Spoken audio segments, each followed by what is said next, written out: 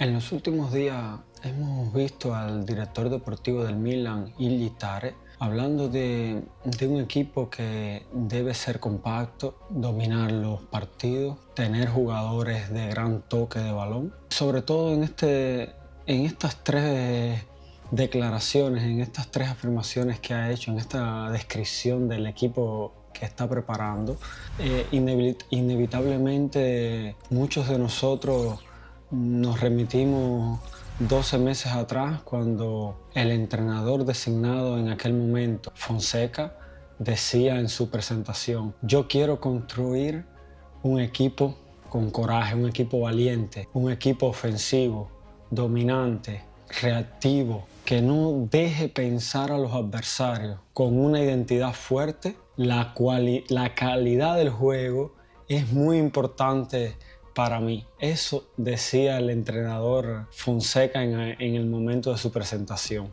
Pero bueno, la crónica de lo que sucedió ya todos lo sabemos.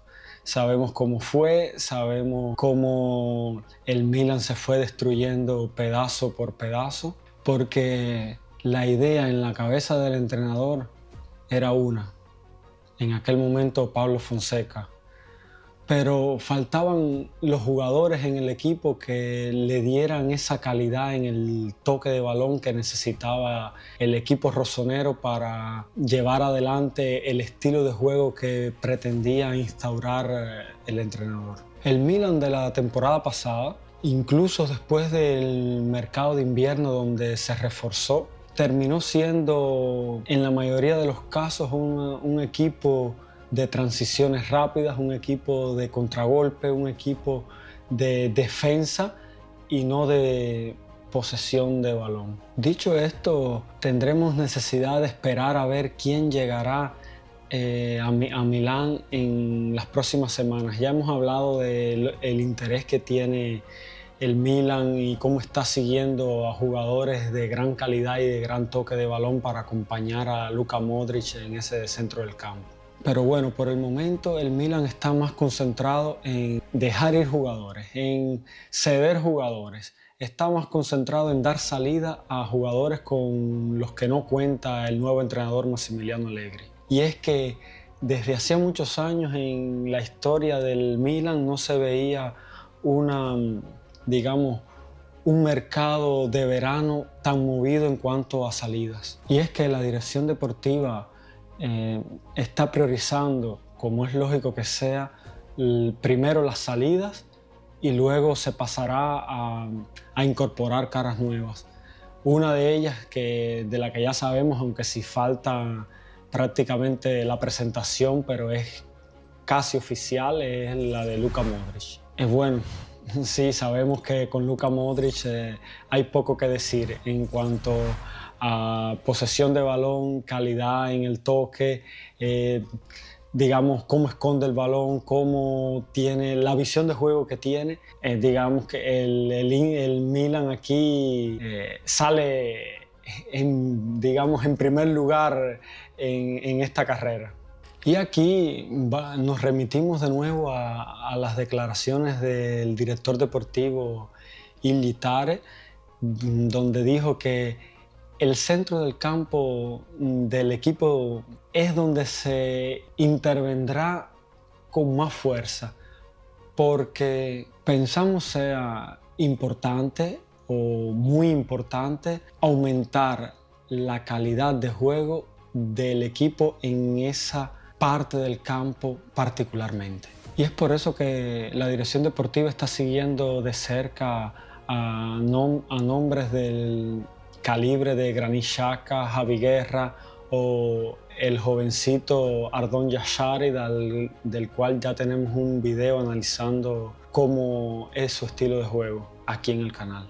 Pero el gran reto de la dirección deportiva del Milan será encontrar un jugador capaz de sustituir a Reinders, que en cuestiones de calidad en la posesión del balón y en el toque y en el uno contra uno era de lo mejorcito, o para ser más contundentes era el jugador de más calidad que tenía el equipo el año pasado. y que ahora, si no lo recuerdan, se ha ido con Pep Guardiola al Manchester City. Y sabemos que, sobre todo esto va para los aficionados del Milan, sabemos que traer al equipo jugadores con un buen pie, jugadores de gran calidad técnica, es un ejercicio costoso, es algo que cuesta en el mercado, la calidad técnica cuesta en el mercado y con esto quiero decir que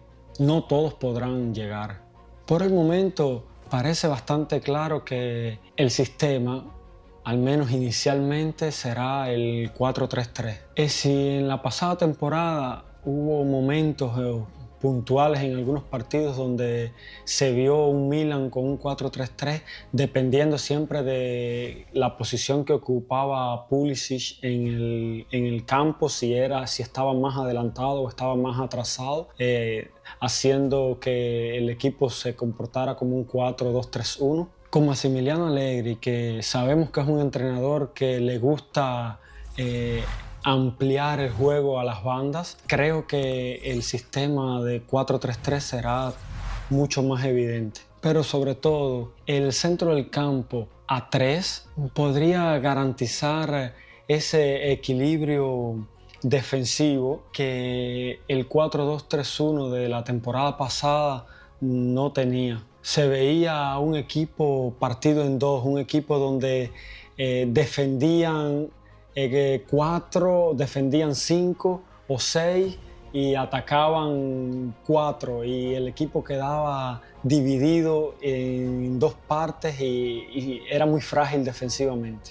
Según declaraciones del director deportivo, así como declaraciones del mismísimo Massimiliano Allegri y como conocemos que juegan sus equipos, la parte central de todo será el centrocampista delante de la defensa, digamos el que conocemos como número 5, que partirá siempre bastante bajo delante de los centrales. Como podemos siempre aclarar que en cuestiones de estilos de juego y de formaciones iniciales, en estos momentos se ha convertido todo en bastante teórico. No existen más los técnicos que exigen a sus jugadores estar concentrados en una formación particular.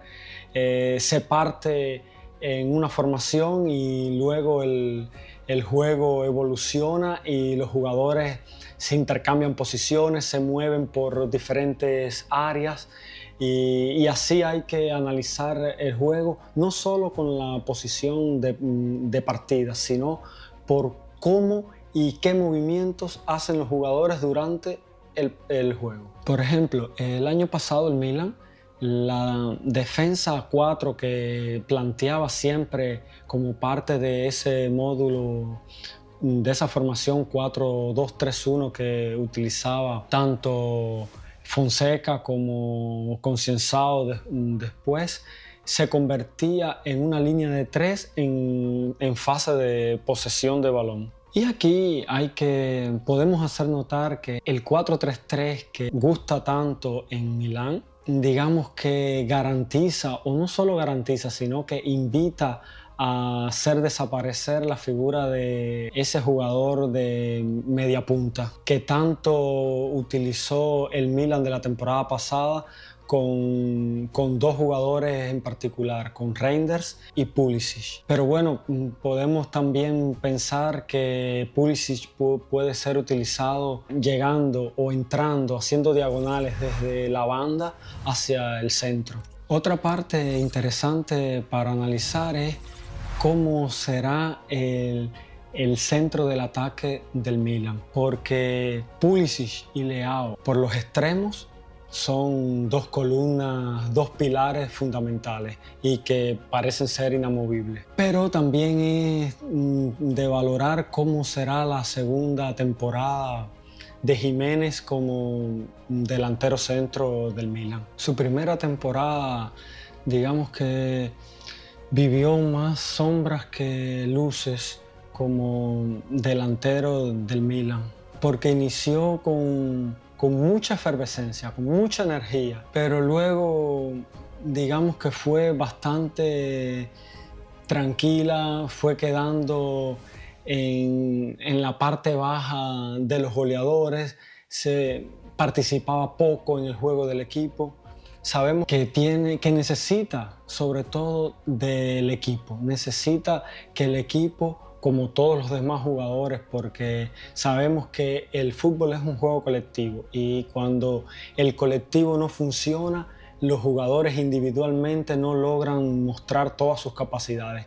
Y algo así fue lo que le sucedió a Santiago Jiménez la temporada pasada, su primera temporada con el Milan, en el que prácticamente se perdió en las deficiencias colectivas de un Milan que no sabía a qué jugaba, no sabía si quería la posesión del balón, no sabía si quería contragolpear, era un Milan completamente perdido. Y en este aspecto, el director deportivo ha hablado, se ha referido también a la idea que tiene del delantero centro, diciendo que con Santiago Jiménez, que por naturaleza es un jugador que tiene la tendencia a moverse bastante, es un jugador que se retrasa para luego buscar la profundidad y el desmarque de ruptura.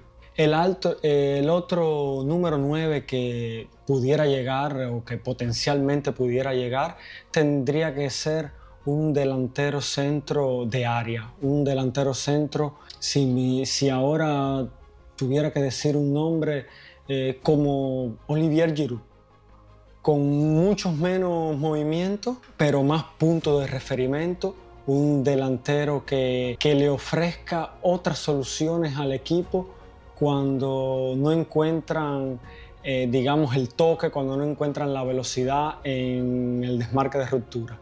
Un delantero que haga salir al equipo, un delantero que aguante el balón, un delantero que sepa usar su físico para proteger el balón y ayudar al equipo cuando se siente presionado en la salida de balón. Y también que estas características de un delantero más de área podrían ayudar a recibir muchas más asistencias de los extremos, teniendo dos extremos tan pegados a banda como suele usar Massimiliano Allegri.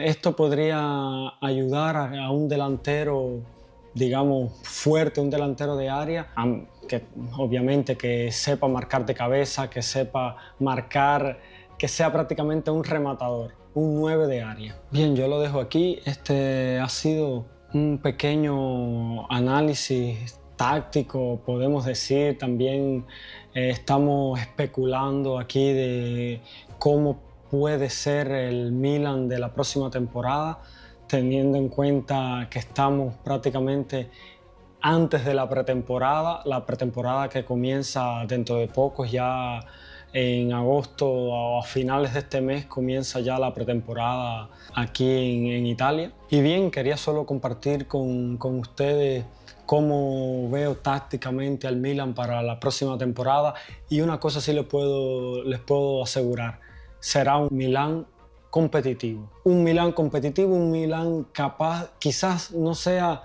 capaz de plasmar toda esa calidad, todo ese toque de balón, esa posesión, ese juego estilo Barcelona que tanto gusta en Milán, pero bueno, de que será competitivo podemos estar seguros que será competitivo, teniendo en cuenta también el pasado del que viene, porque la temporada pasada ha sido un desastre.